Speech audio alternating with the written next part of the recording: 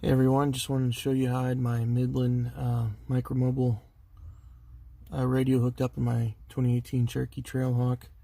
I wired it in with a ProComp SS6 to turn the power on and off, and then the power for that runs behind the driver's side trim to right here under the seat. Then under the seat I've got the micromobile attached to that bar, and there's just enough room for the seat to slide above it, just enough.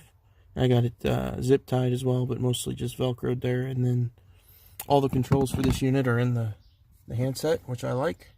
One of the reasons I bought it, in addition to it being GMRS and not CB.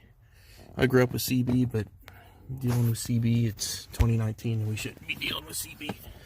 And then it comes with a magnetic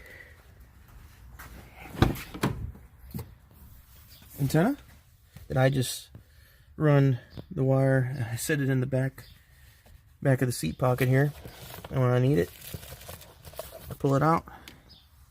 Pretty short. I pop it right here and close the door on it. So it works well.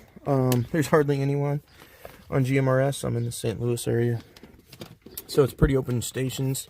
I wish more people used it. I know a lot of Jeep runs, and I haven't been on a lot, but they use CB. Like I said, I grew up with CB in the sticks, and I don't know, trying to influence people to move on. Anyway, Midland, you can always get a discount code for them, like 15% off from their website. I bought it directly from them. This one was out of stock for a while, actually, but I really like it. I also have two walkie-talkies from them that can talk to this. I do have my GMRS license. I got my call sign on the back, and that was you go to the FCC website and apply. You don't have to take a test, but it does cost you, what, $75 for 10 years. I work enough with the government that I need to be kosher with them, and plus, not a big deal. Anyway, yeah,